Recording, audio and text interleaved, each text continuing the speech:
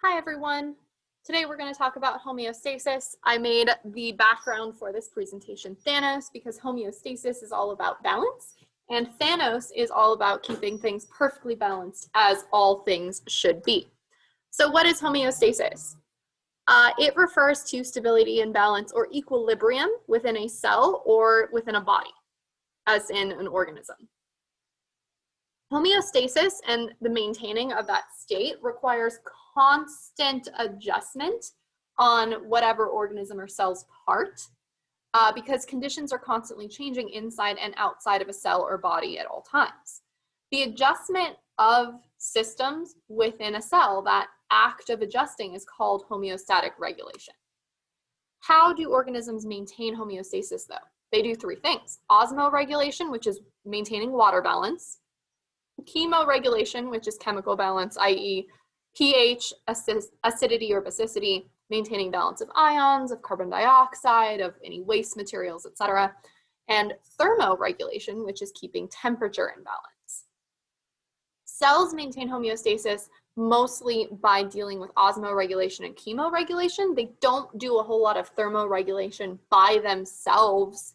At least single-celled organisms don't really, because they're so small, they don't really have a great way of maintaining thermoregulation. But they're going to do osmo and chemoregulation through diffusion and active transport. Diffusion is the movement of molecules from areas of high concentration to areas of low concentration. So if we look at this diagram down here, on the left, we see that there are a lot of molecules or particles or whatever on the left side of this box, and not a whole lot on the right side of that box. And this little delineation in the middle is meant to represent a semi-permeable membrane, meaning that it has enough holes in it to facilitate the movement of these molecules back and forth. So molecules and chemicals and particles and things, what they do is they do a lot of random movement. Utterly random, they're just moving in all directions, all over the place. But through that random movement, they will eventually just freely, spontaneously end up in a state of equilibrium with equal amounts of molecules or chemicals or particles on either side of that divide. And that is through random chance, through probability. They'll just end up in that state, barring any other interference. This process does not require energy to do. Again, it's random movement of molecules. And if you are talking specifically about the diffusion of water molecules, it's called osmosis. So some of you may have heard the phrase, oh, I'm learning by osmosis, or I wish I could learn by osmosis. That phrase has always grated on my nerves because osmosis is the diffusion of water specifically. And the implication of learning by osmosis is that the knowledge is going from an area of high concentration, the textbook or whatever, to an area of low concentration, your brain. But again, osmosis is specifically the diffusion of water, not the diffusion of knowledge. So that phrase just always got on my nerves. If you were going to say that correctly, even though technically it's not a thing, you would say, I'm going to learn by diffusion, or I wish I could learn by diffusion. Active transport, on the other hand, is another way that cells are going to maintain homeostasis. But this is movement of molecules from an area of low concentration to an area of high concentration.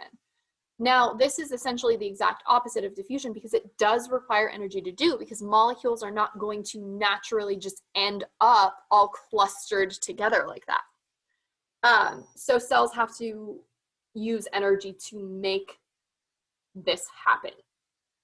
Like, for instance, let's imagine, one, that COVID wasn't a thing right now, and two, that all of the people in this class got plunked together really, really, really close to one another, like awkwardly close. You guys would all spread out pretty naturally. You wouldn't want to maintain that closeness.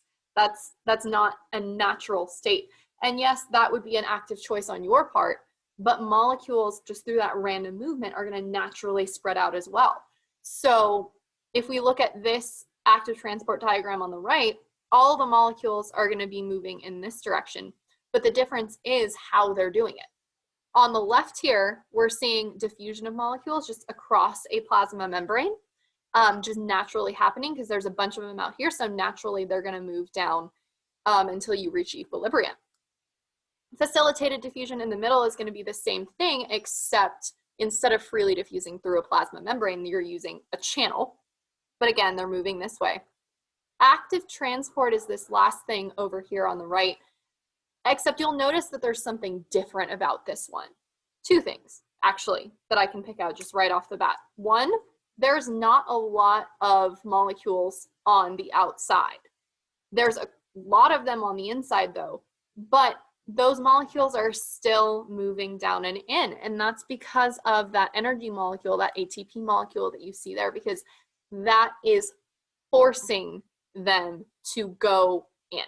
That's forcing the concentration to be very high inside the cell because of whatever reason. Cells sometimes need certain concentrations of molecules, but they have to force that.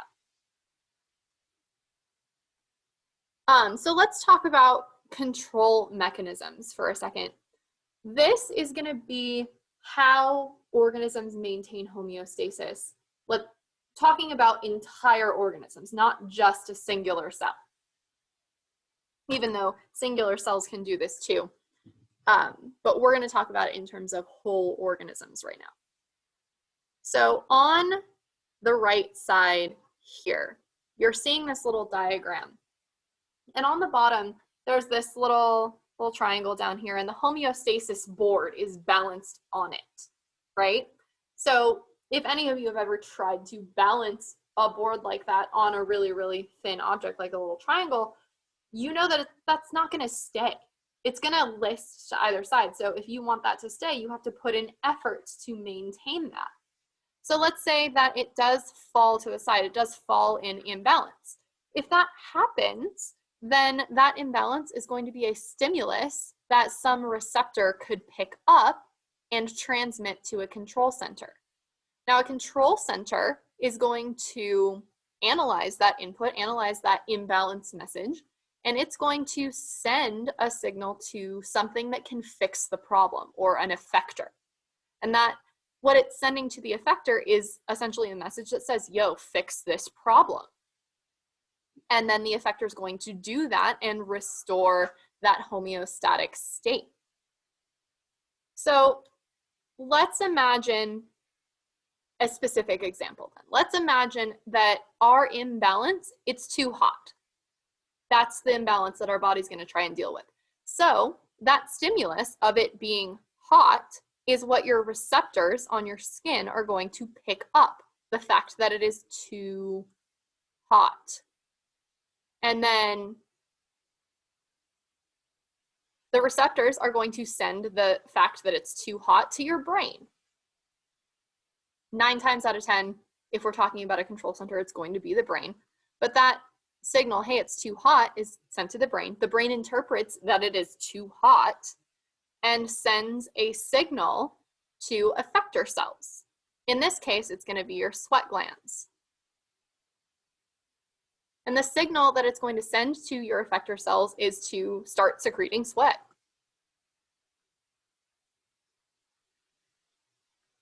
And once the sweat glands receive that signal, they're going to do that thing. They're going to start sweating. And then through that sweating process, your body is going to be able to maintain its temperature, to maintain that temperature balance and fix the problem.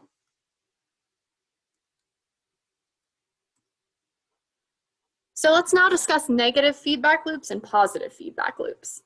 Negative feedback loops are pretty common within our body. They tend to buffer changes or prevent changes from happening, let's say, to hold a system at homeostasis or hold it at equilibrium. Because remember, our body doesn't like it when it gets too hot or too cold or too acidic or too whatever.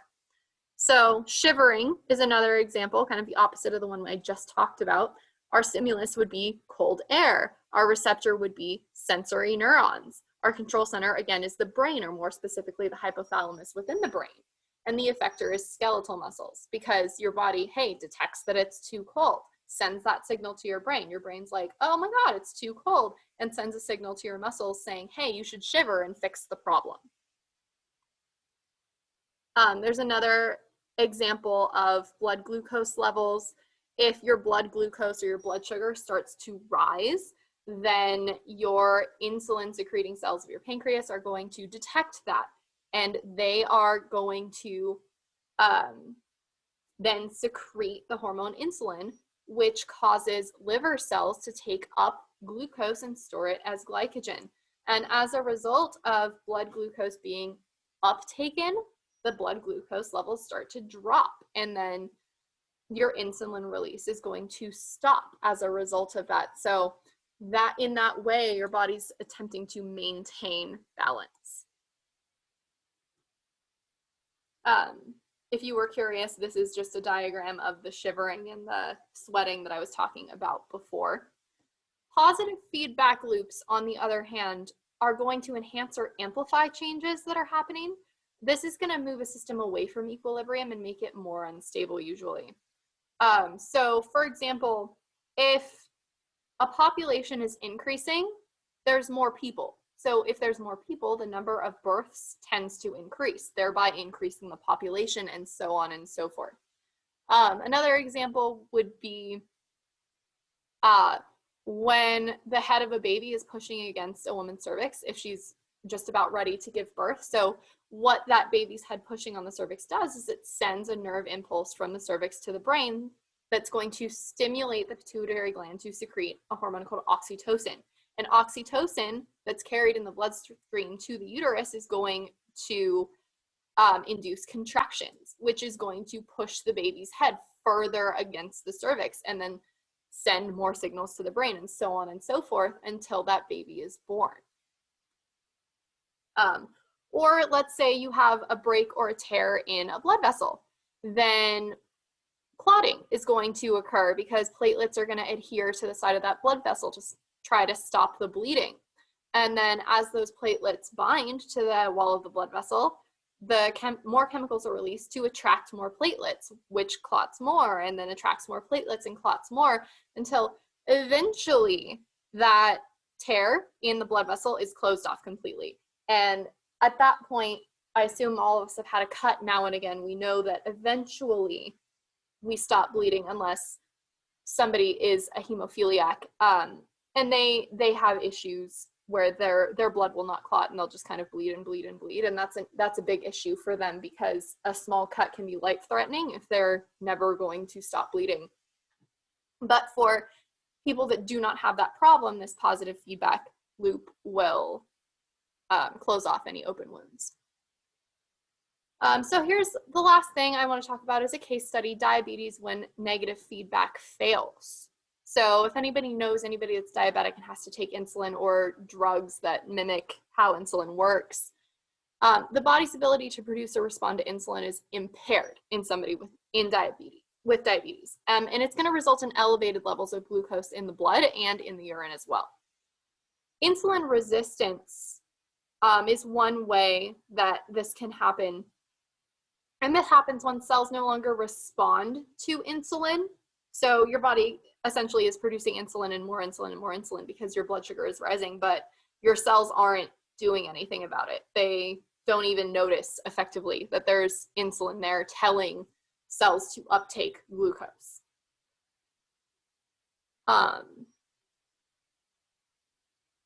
Why do symptoms like that occur in diabetes patients? Well, think about it for a second. Glucose, the thing that is too high in the bloodstream, it's the method that our cells use to get energy. We use glucose in cellular respiration to make ATP energy, which cells use to do work. So if the glucose is just hanging around in the bloodstream and not being uptaken by cells, then they're not using it to make ATP and they're not using it to do things. So that might make you tired. Or as a result of cells not processing glucose into ATP, your cells might be like, hey, you need to eat something because we don't have enough glucose around, so get more. And so that might cause hunger. But the thing is, there's glucose there, your body just isn't doing anything about it. So this loop of just your body systems failing to maintain homeostasis can cause diabetic ketoacidosis, which can put you in a coma. It's very, very, very dangerous. So That's why diabetes patients have so many issues, because their own homeostatic regulation is failing. So we'll talk more about this in class. Hopefully this was helpful in understanding what homeostasis is and a little bit about how our body regulates certain things.